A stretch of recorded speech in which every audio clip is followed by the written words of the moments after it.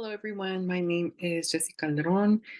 This is a Bitter con Dolceza, a capstone seminar presentation. I apologize if it's my camera and my format with the presentation, but this is the only way I can get all of those two elements together. So let's continue.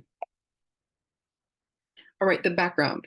It's important to know that the orchestra is exclusive and not in the glamorous pop culture way, but it's very racist. It's something that carries a reputation of being snobbish, and it's with good reason, considering that it is a career that not a lot of people can embark on. This is a lot. This comes down to the affordability of it, and the ways in which it's often most affordable is through music education programs. And those programs are often not available in BIPOC low income areas. And if in the case that somebody does rise out of these challenges, racism is chronic throughout their entire career and is something that follows them in shapes in different ways. I will be using the term BIPOC because it stands for Black, Indigenous, and people of color. This directly honors the lived experiences of Black and Indigenous people that are not synonymous with all of the other experiences if you were to just put people of color.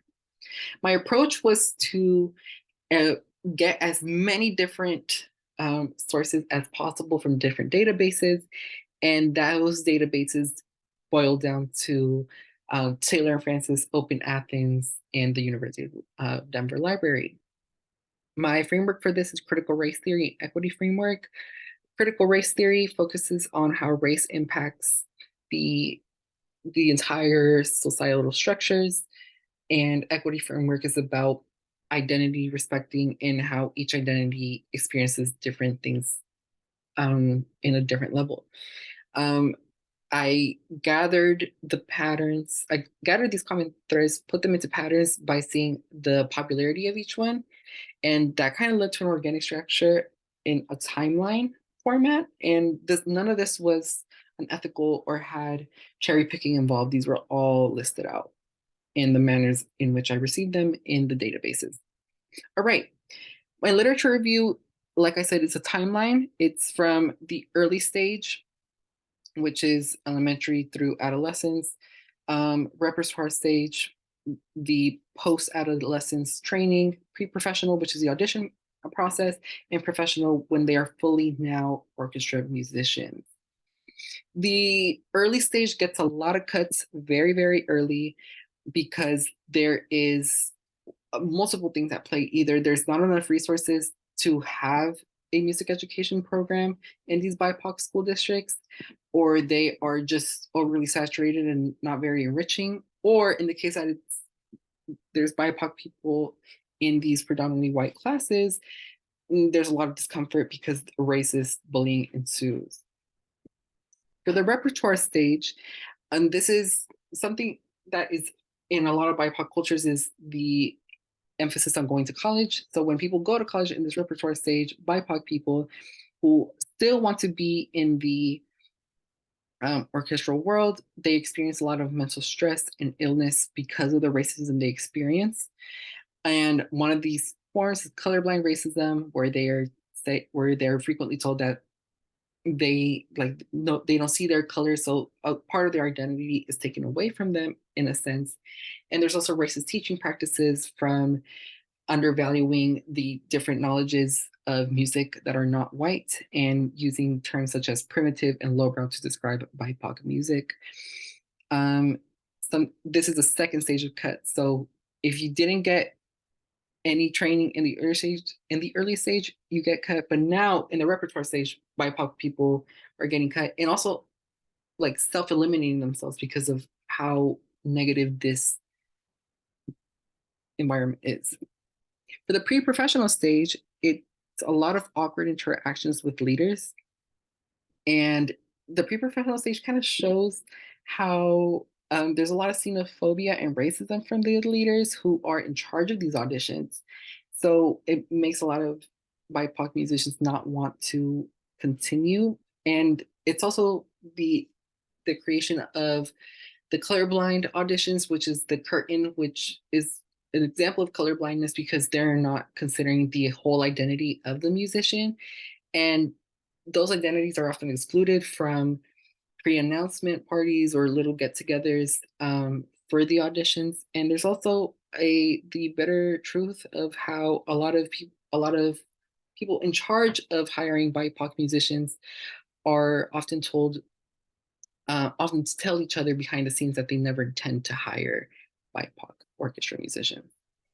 Lastly, so if a BIPOC musician makes the cut, it doesn't mean that racism does no longer exist. There are microaggressions, which are subtle forms of racism that are told directly um, to these musicians. It often takes in the form of telling them you play really well for a Mexican, or very subtle forms of racism, like the ones that I just described. The other form of racism that it takes place is in the level of visibility. And a lot of marketing material, BIPOC musicians are not in the actual showing of it, but there is also a lack of showing of visibility in higher positions because BIPOC people are typically do not get the promotion to be in first chair and other very prestigious spaces in the orchestra. Lastly is wage disparities. And BIPOC orchestra musicians have stated and demonstrated that in comparison to their white colleagues, they are not receiving the same level of pay, which makes this career no longer a possibility because it's just not economically sustainable enough.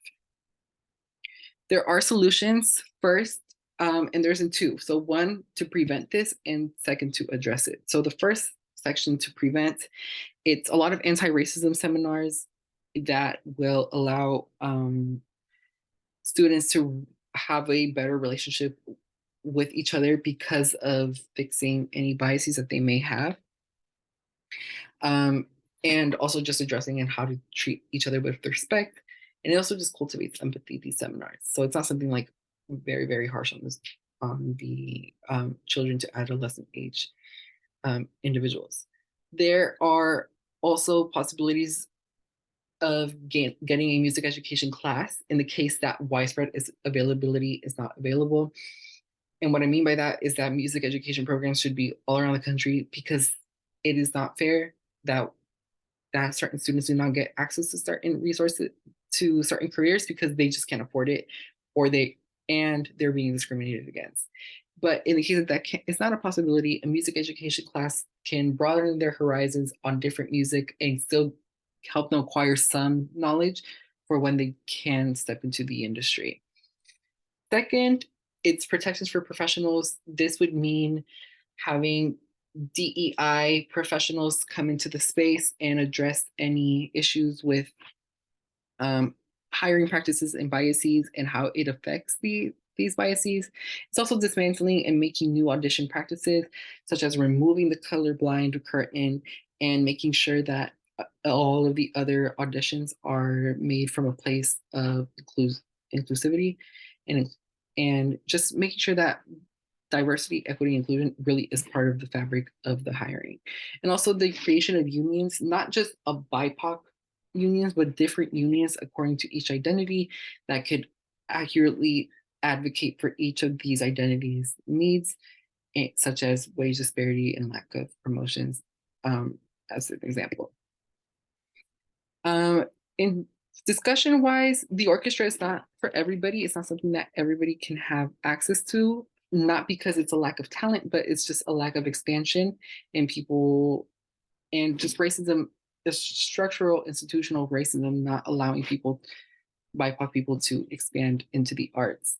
A huge argument has been that there's a lack of interest, but this has proven to be untrue because in some statistics shared by Shaw, the BIPOC students actually had more of an interest than their white colleagues and white peers about embarking on a career in music or being part of a music education program. So it's not a lack of interest, it's a lack of possibility. This can be addressed in several ways. First is through grant and government support, which can definitely help. There's a lot of aid out there for arts, especially in education. And there's also private associations such as the Country Music Awards Association that's helped different areas across the US with establishing music education programs. But this is directly a call to action for the very influential arts and education administrators who can really have a say on a musician's future. In conclusion, this is all about bridging a gap of music and education and race, because when music and education meets, it really does help a child in their mental health and developing their social skills and developing a future. And that's all something that BIPOC students have been denied. And I greatly appreciate you listening. So these are my references, and I also have my image references right here. Thank you so much.